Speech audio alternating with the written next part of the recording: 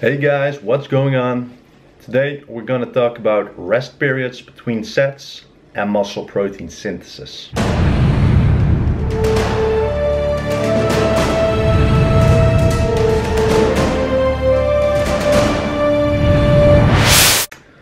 So there's a lot of variables you can play around with when designing a resistance training program.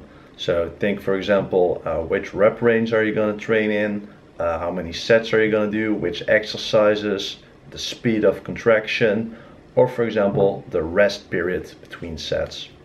So some people have suggested that shorter rest periods might be superior to longer rest periods to build muscle, and the reasoning behind this is that these shorter rest periods have shown to trigger the release of anabolic hormones such as testosterone and growth hormone. However, some research has suggested that these hormones actually don't necessarily reflect changes in muscle mass. So Lee Breen's lab has recently published a new study, see the description box for the link, investigating the effect of rest periods on muscle protein synthesis. So muscle protein synthesis is basically the process of building muscle mass, but the beauty of this technique is that you can measure muscle changes in muscle mass in a period of hours rather than weeks or even months. So normally you would have to do like a 10-week or a 12-week training study before you can even see any changes in muscle mass. But with this technique you can see the changes in a couple of hours. So it's pretty cool, and it gives you a lot of mechanistic insight in the muscle. So what's really happening there. So what did they do? They recruited 16 trained males. They all had at least 1 year of training experience and divided them in two groups. One group was the short rest period group. This group had 1 minute of rest between their sets, and the other group was the long rest period group, and they had 5 minutes of rest between their sets. So both groups performed 8 sets of resistance training, 4 sets on the leg press and 4 sets on the leg extension machine, performed at 75% of their 1 repetition max, and all sets were done till failure. So after this training bout, muscle protein synthesis was measured for the 4 hours after exercise, and to no surprise, muscle protein synthesis was increased in both groups because resistance exercise of course stimulates muscle protein synthesis. Both groups also had a post-workout protein shake, which also stimulates muscle protein synthesis on its own. However, the 5-minute rest group had a much larger increase in muscle protein synthesis. So this suggests that a longer rest period is superior to a short rest period. And what's also quite interesting is that the short rest period had indeed the increase in the anabolic hormones, testosterone and growth hormone. However, it had a lower muscle protein synthetic response. So this is another study that suggests that the increase in hormones after training doesn't really translate to the building of muscle, to muscle protein synthesis. So now you might be wondering, but Jordan, are you telling me that hormones are not important to build muscle mass? Well, no.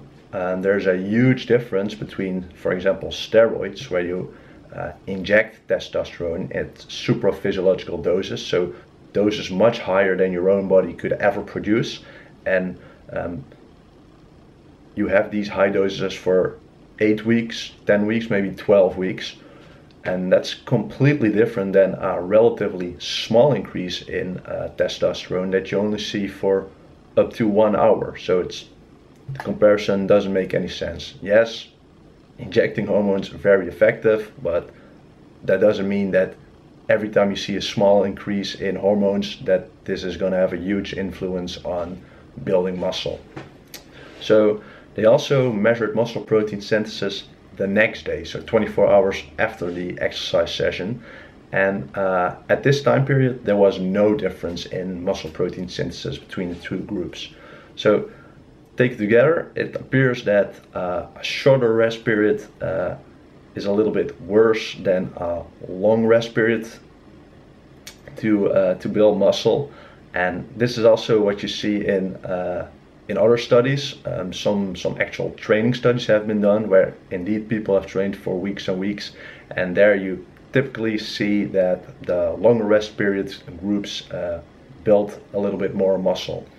So yeah, I would definitely recommend, if it fits your schedule, to take longer than at least 1 minute of rest. Of course, 1 minute and 5 minutes is a big difference. So what would happen with 3 minutes, for example? So as always, still a lot to research.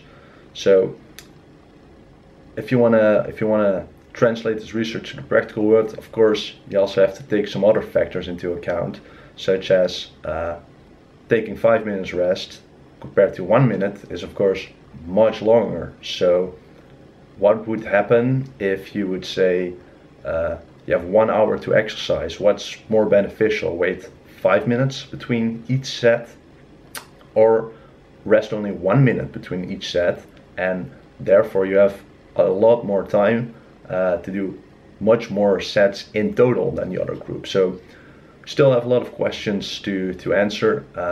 Another option you could think of is doing supersets. So for example, you do a set of biceps curls, and then you're gonna let your biceps rest for 5 minutes, for example. But in the meantime, you do a set of tricep extensions, for example. So we don't really know if this rest period, like your whole body needs to rest, or that it's specific for that muscle group.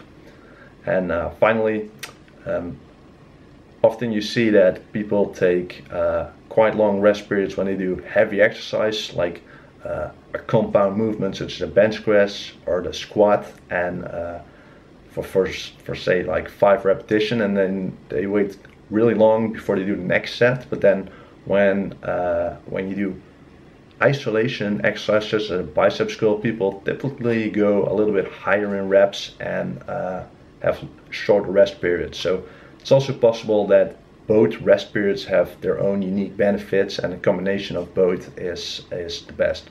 So again, in summary, I would recommend you to rest, I would say, at least 2 minutes between sets, but of course you gotta make it work for your program.